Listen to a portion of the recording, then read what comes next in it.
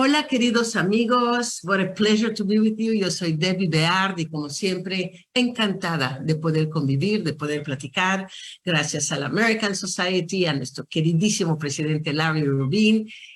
Y saben, cuando hablamos de Austria, hablamos de Mozart y de Haydn, hablamos de Schubert y de Strauss, de Karl Popper, de Freud, de Karl Kraus, de Gustav Klimt, tantos personajes fascinantes, tantos premios Nobel que vienen de Austria. Y está aquí conmigo, lo cual me da muchísimo gusto, honor y placer, la embajadora de Austria en México, Elisabeth Kehrer. Elisabeth nació en Viena, estudió Derecho en la Universidad de Viena y fue promoción al título de doctora juris, tutora y profesora suplente en el Instituto para el Derecho Estatal y Administrativo de la Universidad de Viena. Elisabeth tuvo estudios de posgrado en Derecho Constitucional, comparado en la Universidad París II, diploma superior, colaboradora científica en el Tribunal Constitucional.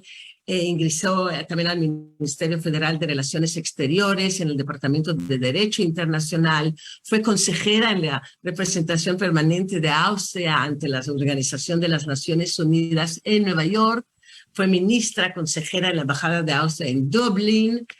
Tuvo el Ministerio Federal de Relaciones Exteriores como directora de Política Exterior y Seguridad Común de la Unión Europea, cónsul general de Austria en Chicago, embajadora de Austria en Malta, fue embajadora de Austria en Finlandia, fue directora del Departamento de las Américas en el Ministerio Federal de Relaciones Exteriores, Departamento de Asuntos Políticos, también como directora adjunta, y desde febrero de 2021 es la embajadora de Austria en nuestro querido país. Qué gusto, qué placer, what a pleasure to have you, dear ambassador, with us. Muchísimas gracias. No sé qué idioma vamos a usar. Claro, para mí como ¿no? Dos veces puesto en Nueva York y Chicago y después en Irlanda y en Malta, todos países anglófonos. Inglés todavía es más fácil que el español, pero como the American Society, let's do it in English. como lo quiere. And it's very interesting, before I'm going to introduce Nela, that as ambassadors in Mexico, you are also the concurrent ambassadors of Belize, Costa Rica, El Salvador, Guatemala, Honduras, Nicaragua. That's a lot of work. How do you do that?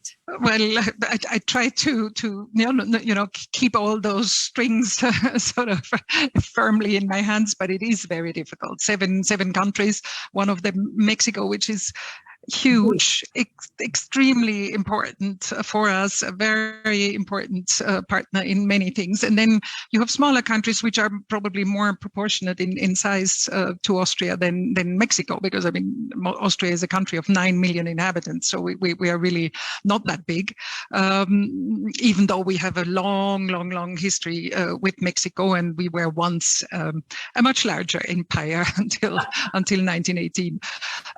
So it is difficult. I try to visit the countries where I'm co-accredited if I can once a year. Sometimes it may be every 18 months or so, but it is tricky. I mean, and they're all very different. I mean, we lump Central America together, but they are they have different histories. They have different currently political systems.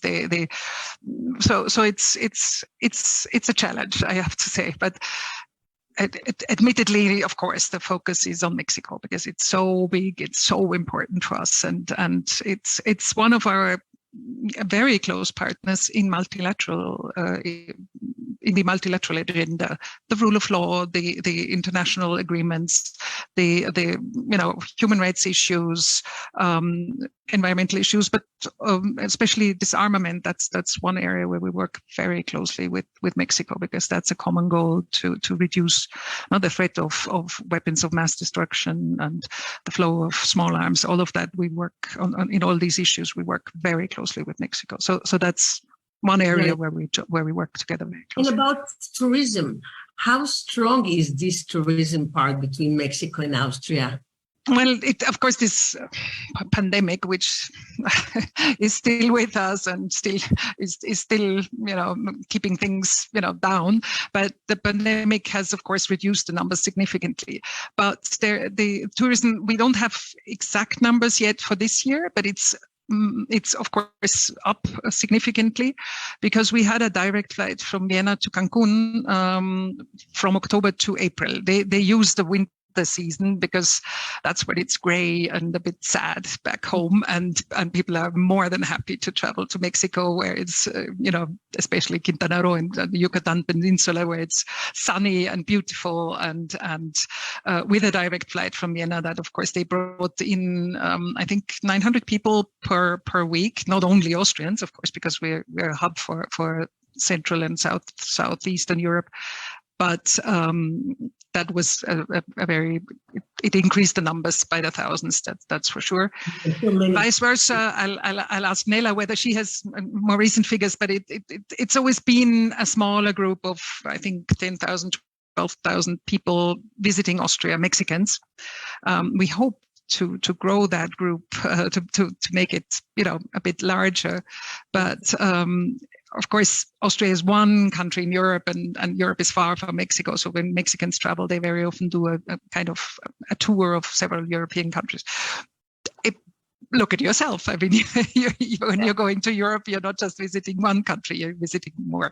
But Austria is definitely worth a visit. That I have to insist. No, it's a gorgeous country. I mean, of course, I'm biased as an Austrian ambassador, but it's a country that has just about everything except the access to the sea. But we have mountains, we have mountain lakes that are crystal clear, drinking water quality. You can swim there. Gorgeous summers, gorgeous wine growing territory, hilly, sort of something that resembles Tuscany. It's really it's a gorgeous place. And of course, you have Salzburg and Innsbruck and Graz and Vienna, those cities that are old and millennia old and have everything from architecture to very friendly people and good cuisine. And good cuisine, very good, and super architecture and all this cultural part. And with us today is also Nela Hangstler. She's the attaché, the commercial attaché of the Austrian embassy, and she's the consular here in Mexico City, and used to be the regional director Africa Middle East in the Austrian Federal Economic Chamber in Vienna, Austria.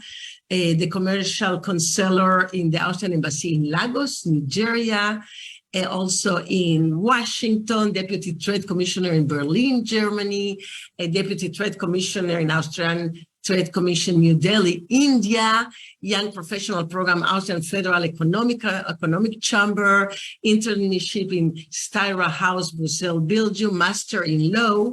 It is fascinating, really, to listen to everything you have done, Nela, and to have you here with us today. Thank you very much, Deby. It's a pleasure to be here. It is my pleasure. And I was going to ask you, what's the central function of the Embassy of Austria in Mexico? I know you're looking to foment all these bilateral relations, as the ambassadors were telling us, about politics, economics, cultural, scientific. Help also the Austrians that come to Mexico, help the Mexicans that go to Austria, help in the touristic part. What are like the three most important points for the embassy in Mexico? Well, speaking from the economic perspective, we have a rather large economic section, the Oficina Comercial de la Embajada de Austria, here in Mexico. And like the ambassador, the commercial office is also covering all of Central America. We are additionally also covering Cuba, so it's also quite a large area. We act somewhat independently, as we're really only concerned with commercial issues in the commercial office, as the name says. And we support Austrian companies doing business in these countries, primarily, obviously, Mexico, which is the most important place to do business in Central America. Of course, we also support Mexican businesses and American businesses, but our primary focus is to bring Austrian companies here, either as investors, but also, to help them with their first baby steps to do exports, because no investor has just woken up in the morning and said, I'm going to put my foot down somewhere. So you need to foster exports, you need to foster relationships between companies. Austrian companies very often don't have any contacts here. As you said before, Austria is very far away. So we help them find distributors, importers, partners, customers, depending on the product. So I won't say the commercial part is the most important part of the embassy, but obviously in my daily life it is. So we're attending the Austrian companies and trying to foster commercial bilateral relations. Well, I've been working with Austria for the last 20 years, importing Riedel glasses from your beautiful country, the best glasses in the world, so that I do know how beautiful can be this commercial part and how great and easy is to do business between Mexico and Austria. Yes, and it's lovely that you're saying this, because I'm sure it wasn't always easy. I know first steps are never easy. And we also have to thank you at this point for your many years of showing perseverance and bringing a product that in the beginning was so new to the Mexican wine market so successfully onto the market. Basically, our next step is to bring as much Austrian wine as we have Riedel glasses in the country. So Elisabeth and I are on this, and yes, fingers crossed, hopefully that will be the next chapter of your success story. I think that could be just marvelous. And Austria is very well known for the super excellent wine that you do, especially whites, of course. You have the Gruner Veltliner, you have the Riesling, and of course other for the red wine, which are beautiful, like near Hungary. I know you're doing beautiful red wines. And now wineries have become bigger. You have more vines planted in Austria. And also the red grapes now are a third part of the hectares of wine that you have. So it's 40 different variety of grapes in Austria, which is a lot. And you have different regions that you make different type of wine with different type of grape.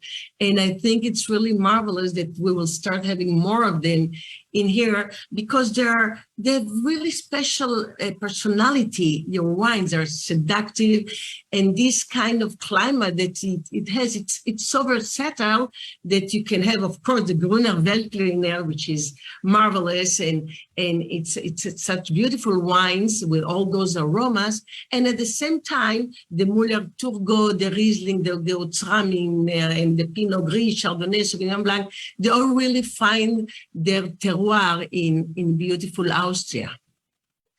Yeah, I think you're absolutely right. I think what we are still lacking is we don't have the recognition yet in Mexico. I think Mexico is a very new wine market, but people are really getting into their wines. And I think there's definitely a good niche here for Austria, because Austrian wines are already highly popular already since about 20 years in the US, for example. I mean, in New York, every good restaurant has an Austrian wine. So I think there should be a market for us here. So fingers crossed.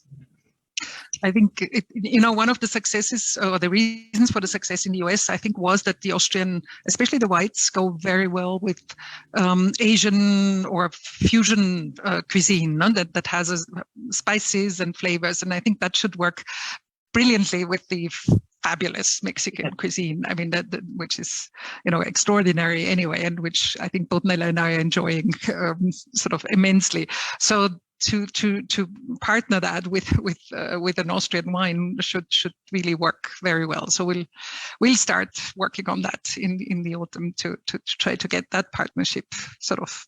I agree with you, Elisabeth, because this acidity, this zesty part that the Austrian wine offer goes beautifully, especially with the Mexican and the spicy food. And I know it will be a beautiful marriage between of them. And your plans, I understand, is to start doing a big events of wine and wineries to come here and show off their wine, so to have more importers. Exactly. So we're having Well, we're starting this fall looking at, importers, because the most important thing is that somebody is committing themselves to Austrian wine and bringing it here, because, everyone enjoys a good glass of wine, but you also need to know where you can get the next bottle. So I think this will be our first task, and then to grow it from there and hopefully have more events around that. I personally, for my agenda, there are many other things Austrian companies are doing well, but wine will be one of the focus areas that we want to concentrate on for the years to come. Absolutely. And it's so much in fashion now. Everybody wants to drink wine and know about wine. When you know about wine, you become the leader in the group you are in. So it's part of all this beautiful culture of wine. And tell me also about the Foro Cultural de Austria en México. I know you have this foro, lo voy a decir en español, está ubicado en las instalaciones de la embajada y se dedica a temas culturales, científicas, está ahí en Polanco y son los asuntos comerciales, etcétera. Entonces, we would like to know more about this Foro Cultural, this cultural forum, and to see what information you have about that. Well, the Foro Cultural has been, part of the Austrian embassy for literally decades. We've been here for decades. It's situated together with the embassy in the Lomas, so not in Polanco. Polanco is the commercial part, and okay. the Lomas is where many embassies have their main buildings, and so do the Austrians. The Foro is run by two colleagues and has a budget to really do either small programs that we do on our own, bringing the whole range of Austrian culture. So we have excellent filmmakers, very famous ones like Michael Haneke, who won prizes in Cannes and in the US as well. We have experimental films, music, not only building on the traditional. We just had the boys' choir from St. Florian, the school and monastery where Anton Bruckner, already sang and played the organ in the 19th century. So they just did a tour of Mexico. So it's the whole range of cultural activities that they support, promote, help with the logistics, and a little bit financially. We work very much with local cultural institutions because that makes sense. Now we don't have a budget, to do a huge cultural agenda. So it has to be bringing artists that work with the festivals here. We've worked with the festival in Morelia for 20 years. Whatever goes on in the city of Mexico, we do that. We have traveling exhibitions. We've just had two exhibitions, one on Haydn and one on other famous Austrians in San Miguel de Allende. So the idea is to show the wide range of Austrian culture here in Mexico. The other half is, as you mentioned, is scientific academic. So we support both the students and in university exchanges. That has, again, been damaged by the pandemic, of course, this exchange, because people couldn't really travel. Either Austria was closed or Mexico was open, but it was difficult. You needed to be aware of waves of COVID here. So this is just starting again. We have Mexican students going to Austria, many of them with EU scholarships as well, because Austria doesn't provide scholarships to a large degree. We don't have that many. What we do very often is that kids start studying, and when they are really good, then they get a scholarship because they're really good at at this. But normally we don't just pour out money, like that, which I think is quite a healthy approach to university studies. And then we have two lecturers in German, one here in the UNAM and one in Guadalajara. And we have, amazingly enough, a Colegio Austriaco. So we have a school with, by now, the whole from primaria to prepa. And the first group of young students, alumnos, has just graduated from high school with an Austrian diploma and a Mexican diploma. So they can go and study in Europe and they can stay here in Mexico. The school is in Querétaro. because there are lots of Austrian companies there. There are other international companies. And it is a school where the children start learning, the primaria starts in Spanish, and then more and more German comes in. And Austria is financing currently 19 teachers at that school. So from, again, primaria to prepa. So we are sending the Austrian teachers and they work together with the Mexican teachers. And so what's so wonderful about it is that these young children or young people who graduate really have a bicultural education. They learn, they're Mexican. Most of them are Mexican. Some of them have some German or Austrian roots, but they also learn about European culture, about Austrian culture, the tradition, how things are being taught, because there are differences, and lots of music. There's a very active music program again as well in the Colegio. So that is one of our one of the things we're very proud of. That's marvelous. When we think about Austria, we think about music. So, of course, and a little bit about good food, psychology. What do you do so people that listen to us and want maybe to try and open a company in Austria or import something? Do you do commercial missions, going back and forth? Or what is the way that they should look for and try to make business with Austria here or there? We've done commercial missions in the past, but obviously the pandemic didn't help that. One challenge we face with commercial missions is that since the distances are long, it's kind of hard to get a group together at the same time. So we are more focusing on one-on-one, on individual support. For Mexican companies wanting to do business in Austria, I think mostly the bigger market for them is Europe. I mean, Austria is part of the EU, so you bring your goods in without import duty, obviously. Austria is a small consumer market. I mean, of course, we have a very high income per capita, so it is interesting. But I think someone who looks at Austria needs to look at EU as the whole. And there's a lot of support and trade assistance available also through EU platforms, as well as through the Mexican embassy in Vienna. And of course, they can also always contact us. There's actually under my name, there's Advantage Austria. That's kind of our brand name abroad. And there's a website called advantageaustria.org where you can find our Mexico site and find a lot of useful information on how to do business with Austria.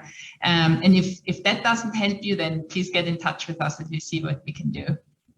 Of course, that will be great because there are so many things. How many Austrian companies do we have in Mexico? Yeah. Well, we have quite a lot of investment. You have to consider that Austrians are very successful, but they're also very conservative.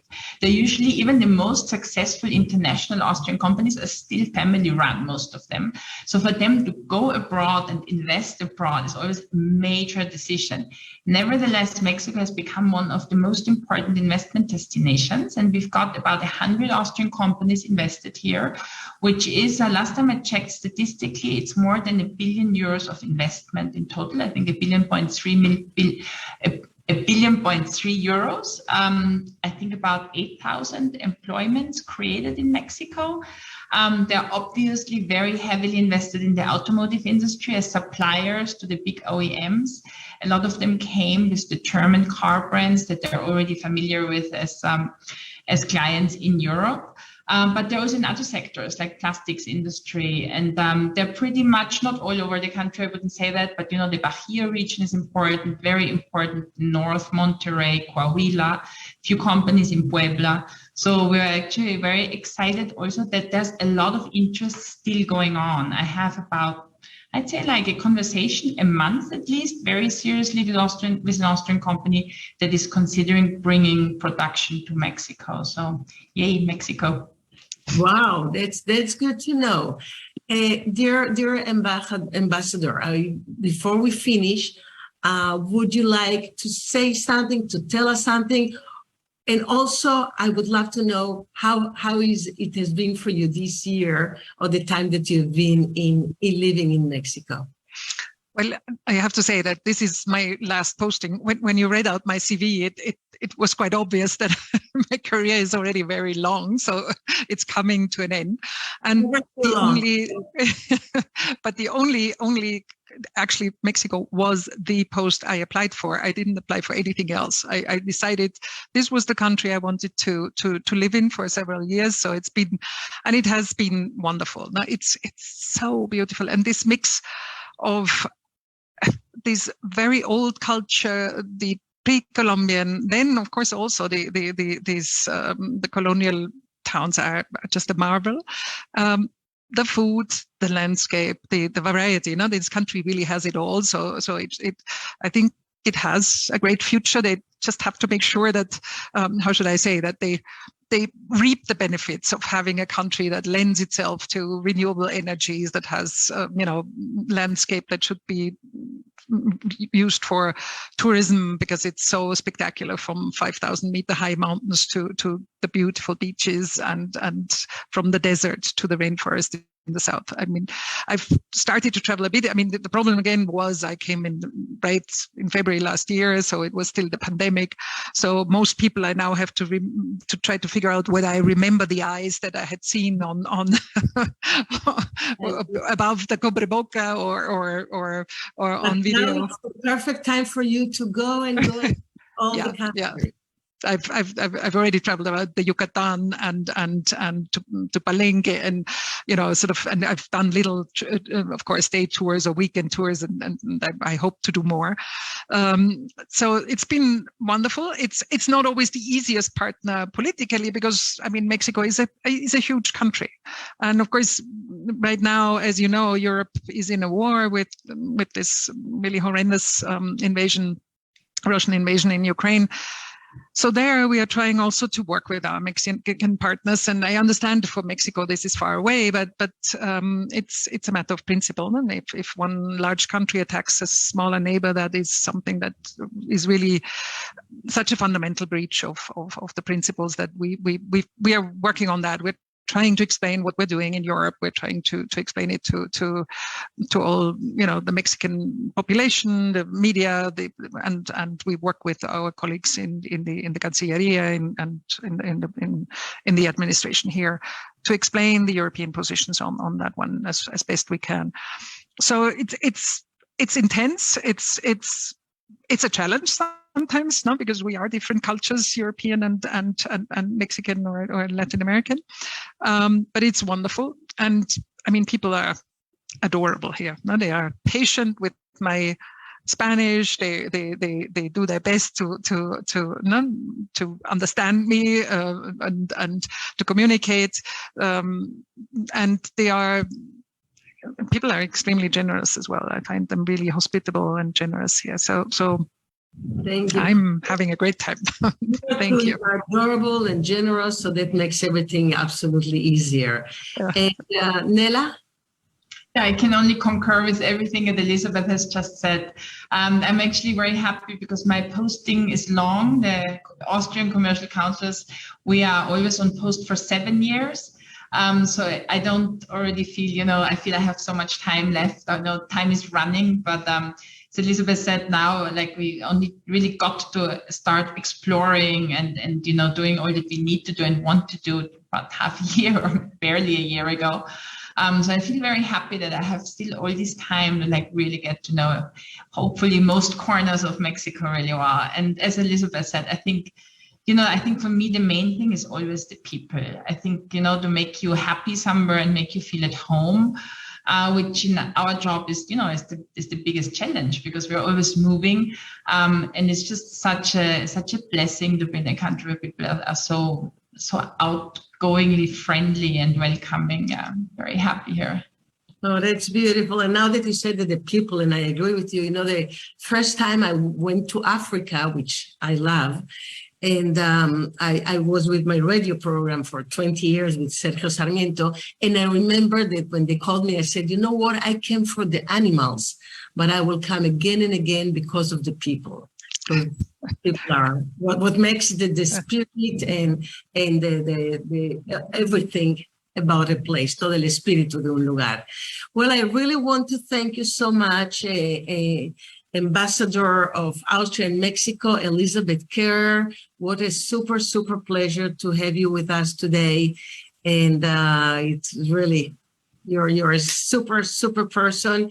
And Nela Hengstler, the commercial attaché, really, it's so good to talk with you. And so people will know more about Austria and will start having Austria more in the top of mind, not only Paris, Madrid, London. There is beautiful Vienna and Salzburg and so many, Innsbruck, so many beautiful cities. And maybe they'll have it in the top of mind and like me in the top of heart. Thank you. Thank you. Thank you very much. Thank you so much, Deby. Real pleasure to be here.